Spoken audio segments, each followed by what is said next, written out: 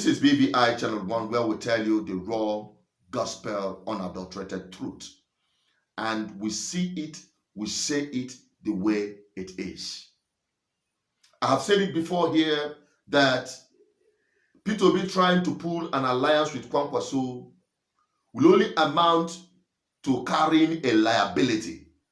Because the man Kwankwaso have proven beyond every reasonable doubt that he is not quite different from the old order of corrupt political class that will always whip up ethnicity instead of integrity, respect to governance. Now, many of you have listened to his comments on that China's television, but in case you've not, let us review it once more. Have you agreed with Mr. Peter Obi on aligning or joining forces? Thank you very much, Sean. Well, for now, we are discussing with so many people, individuals, groups, and even parties. Yeah. Have you met? Because there was a time that I was supposed to meet with you before you joined the Labour Party. Have you since met with him physically since then? Well, not yet, but our committee had the opportunity to sit down and do some discussion together. And I believe that it is highly likely that we are going to meet and discuss the issue of coming together to work as a family. The question is, are you optimistic about the alliance with Mr. Peter Obi? Do you think it will happen? Yeah, well, I believe that it will happen, but I believe also that there are some challenges that we are having, especially from the side of the Labour Party itself.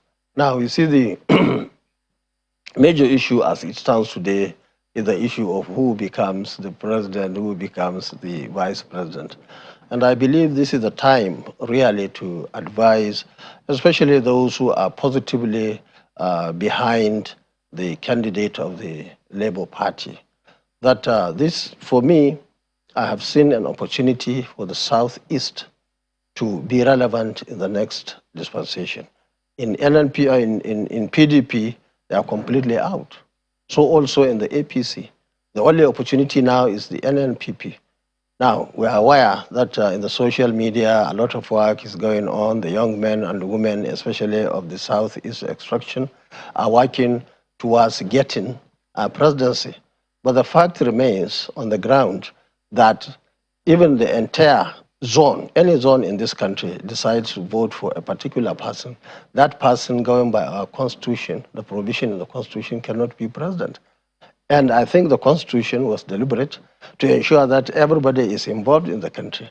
And I believe that it is in the interest of the Labour Party and the NNPP, and even in the interest of this country, because we have seen a situation today where many people in the Southeast believe that they are being marginalized.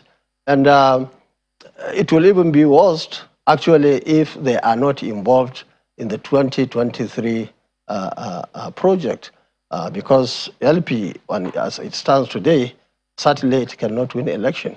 Really? Oh yes, it cannot win election. It cannot win a presidential election? Not Why in do you think they cannot? Well, because mainly the support is mainly in particular zone. There is just no spread, and the figures there cannot earn anybody presidential seat in this country. You see, the way we operate politically in this country is not very clear to many people. Fortunately, the northern voters have always got their own opinion. And it is hardly influenced by any elite or anybody we can think of. For example, if you look at the issue of the case of Muhammadu Buhari, over the years, the northern voters decided that it was him.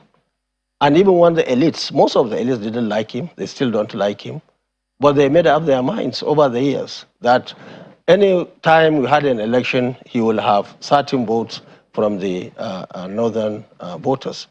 And these northern voters, again, have made up their minds on what to do. Right now? Vote. Oh, yes. There is nothing, nobody, no elite. Have they made up their mind? Who are they hoping to vote for? The northern, Yeah, certainly NNPP. You heard him. You see him try to portray P2B as an ethnic candidate, as Igbo presidential candidate, just to thwart this movement, just to sow the same seed they've all been trying to sow into Nigerians. Whenever it comes to politics, these politicians will throw up and whip up this ethnicity to divide the people. The PDP have been trying to do that. The APC have been trying to do that. In their frustration and desperation to disrupt this movement that have engulfed the entire Nigerians, the suffering Nigerians across board, from the east, west, north, and south. They are losing sleep, seeing Nigerians break the boundaries and the walls of ethnicity in trying to rescue themselves from the hands of the same corrupt, recycled old politicians from PDP and APC. And that's why Nigerian youths have come out to say no to PDP and no to APC. No APC, no PDP, no APC, no PDP, no APC, no PDP, no APC, no PDP, no APC, no PDP, no APC, no PDP, no APC, no PDP, no APC, no PDP, no APC, no PDP, no APC. That's exactly the same line Kwankwaso is towing. And that's why I said P2B should look elsewhere. Because this prolonged talk, negotiation, trying to pull an alliance have only amounted to giving Kwankwaso a kind of publicity and relevance. Undue publicity and relevance.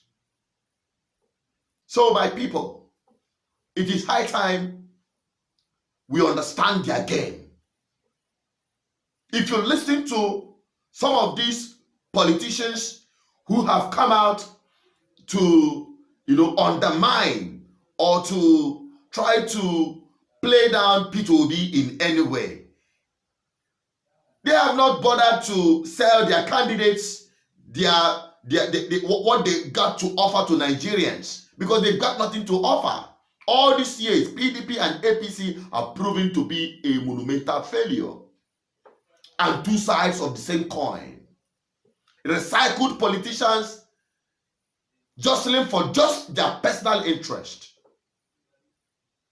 They will always whip up ethnicity. And that is why Nigerians have woken up and risen above that ethnic and religious bigotry.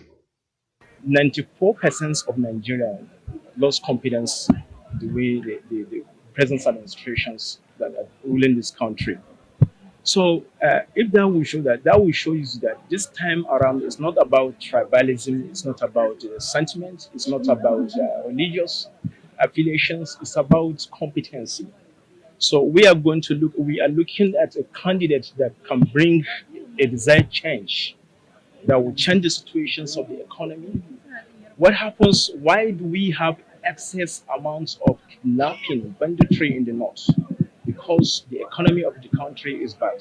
Before, we used to be between the devil and the deep blue sea, between APC and PDP. You don't have other option than to either vote for PDP or APC, or you climb a fence and sit on it. God has provided us a platform, options, with a driver that has proven integrity. We have been suffering a lot.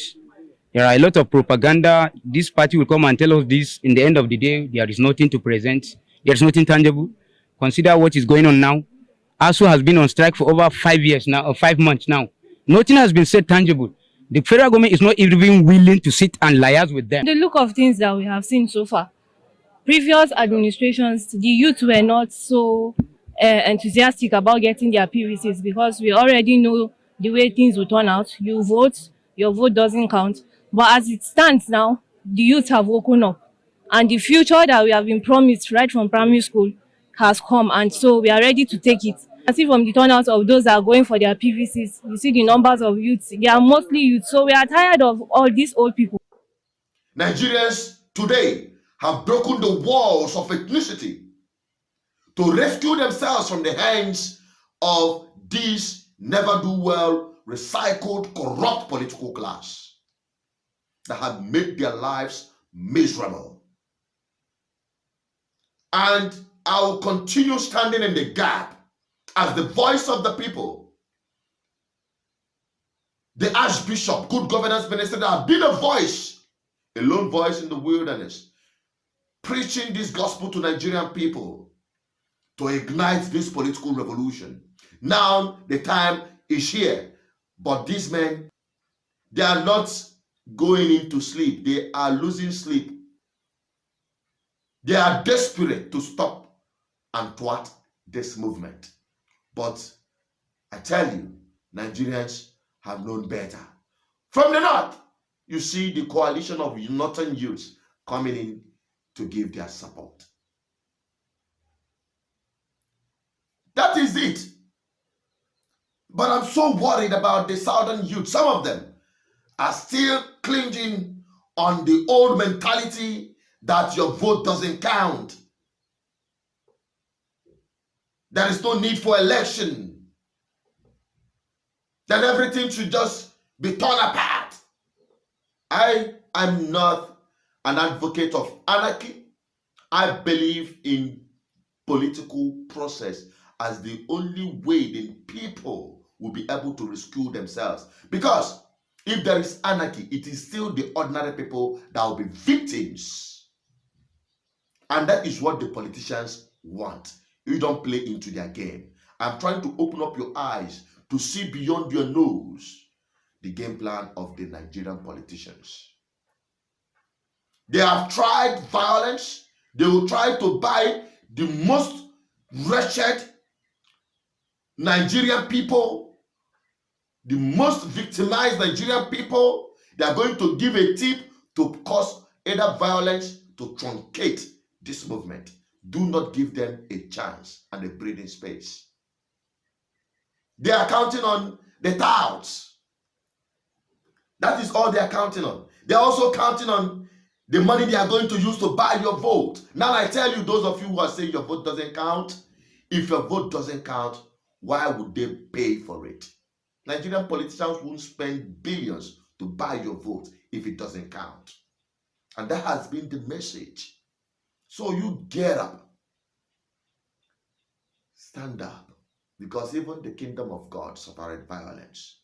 And the violence you're preaching here is to stand your ground, cast your vote, and make sure your vote counts. Do it like your life depends on it. And this is the message I'm bringing to you.